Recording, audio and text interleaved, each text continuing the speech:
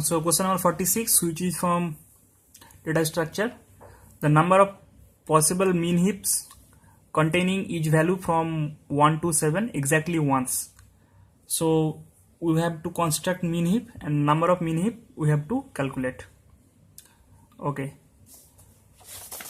So these are the these are the nodes. Now we will calculate. So set minimum element as root. So it is mean heap, so we have to take the minimum element, that is 1, as root. Now 6 elements are remaining, and left subtree will have 3 elements, and each left subtree combination can be permuted as 2 factorial ways. So total ways to design mean heap with 7 elements will be like this.